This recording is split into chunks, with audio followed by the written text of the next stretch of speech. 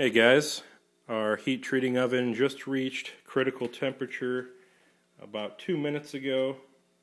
I had just put Pat's knife in a little while ago as I turned my oven on to heat up, and we're going to try to heat treat a blade tonight. I've already got my toaster oven warming up to 400 for the tempering process, as I want to do that immediately after Quench once I get things cleaned off and cooled down. But this will be my first time using Parks 50 quenching oil.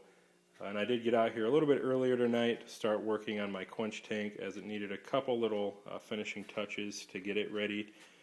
As you can see, I do have a switch wired up. And as I had talked about in my revisions video about my quench it warming tank, I did end up wiring the switch directly to the heating element rather than routing it through a thermostat. When I had originally thought up the design for this quenching tank, and when I had seen the other knife maker's design, which kind of inspired this for me, I'd originally had planned on putting vegetable oil in this. And that needs to be warmed up to about 120 to 130 degrees Fahrenheit in order to be effective for 1095 steel. And there are a few considerations that kind of surrounded that necessity, such as the size of the heating element, the material used, and the construction in general. And I really had no idea that I would be getting my Parks 50 quenching oil before I would have this completed and filled with vegetable oil. So what I originally thought would happen was I would just use this for vegetable oil for a while, and then maybe build another one for the Parks 50. Since I did have some delays in getting this constructed, however, and I did kind of end up getting my quench oil from Parks quite a bit sooner than I thought I would be able to, I was able to just go ahead and fill this with Parks 50 instead. Now we're looking at a couple different considerations that I wanted to mention. As I said, the vegetable oil needs to be heated to at least 120 degrees Fahrenheit. That seems to be the consensus among knife makers that I've talked to. Some will heat it up to even as far as 150. I typically go somewhere in the middle, about 130 to 135 when I'm quenching my first blade. Parks number 50, on the other hand, actually has a maximum operating temperature, or recommended maximum temperature, of 125 degrees Fahrenheit, meaning you probably don't want to heat it all the way up to 120 to 130 right off the bat. And one advantage of Parks 50 that kind of mitigates that is that it can be operated, or used rather, at 50 degrees Fahrenheit. And according to their technical data sheet, it actually works just as well at 50 degrees as it does at 125. So that kind of changes some considerations with my design here. One being that even though my shop is unheated and it does get really cold here in northern Indiana during the winter time, the oil itself will rarely drop down below 30 degrees Fahrenheit. And I actually measured it a little bit earlier. It was standing right around 34 to 35 degrees, which is a little cold.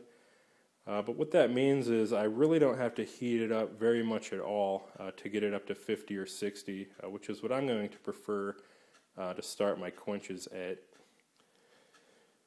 And since I'm using a 2000 watt 120 volt element for just a little over a gallon of oil, it's really not going to take very long at all for that oil to heat up 10, 20, or even 30 degrees. So that is one consideration I've kind of had to change.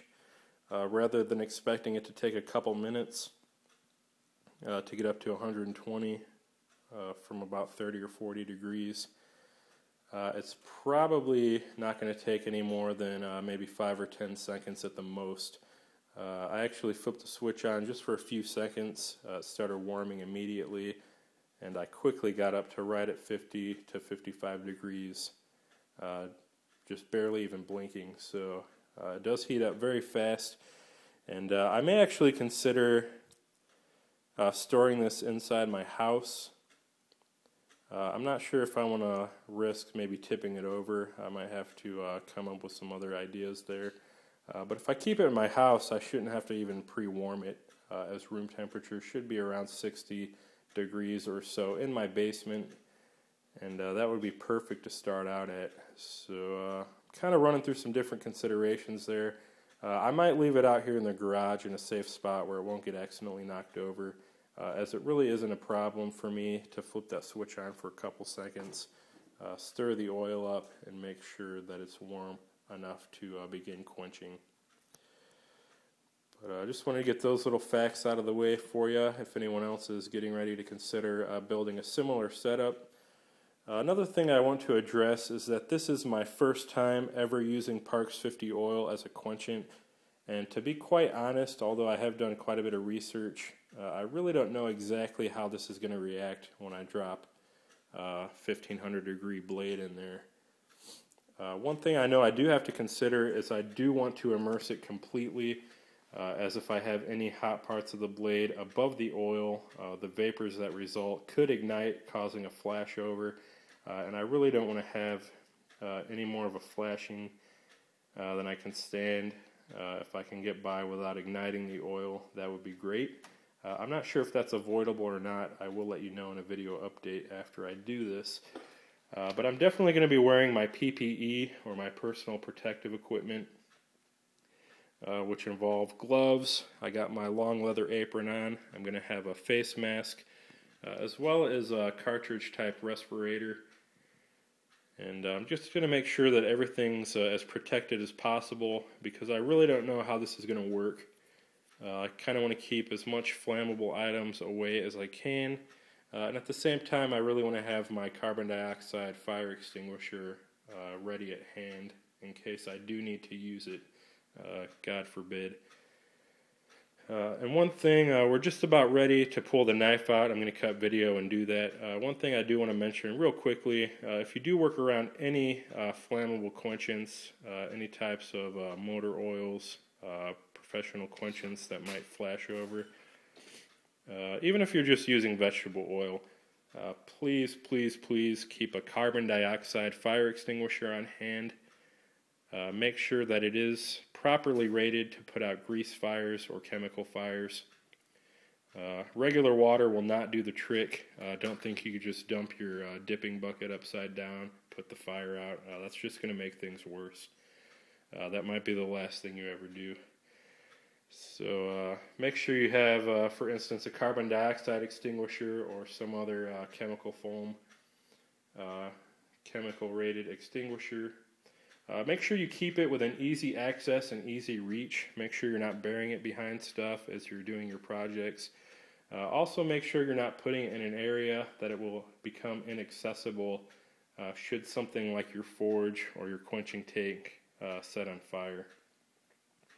A lot of people make the fatal error of perhaps in their kitchen they have their fire extinguishers where they think it'll be an easy reach right above their stove, but they fail to consider that if they did have a grease fire, those flames would make those cabinets above their stove immediately inaccessible, and then they never are able to get to their fire extinguisher, and typically their house burns down. Another thing, maybe they just bury it behind a bunch of pots and pans in their kitchen. Scenarios like that happen all the time. They can't get to it in time, and by then the fire is spread too far to be put out by a single extinguisher. So just keep those things in mind. Make sure you're not shooting yourself in the foot with your extinguisher location. Make sure everyone knows where it's at. Should they need to use it, teach your kids about it. Make sure you tell them it's not a toy.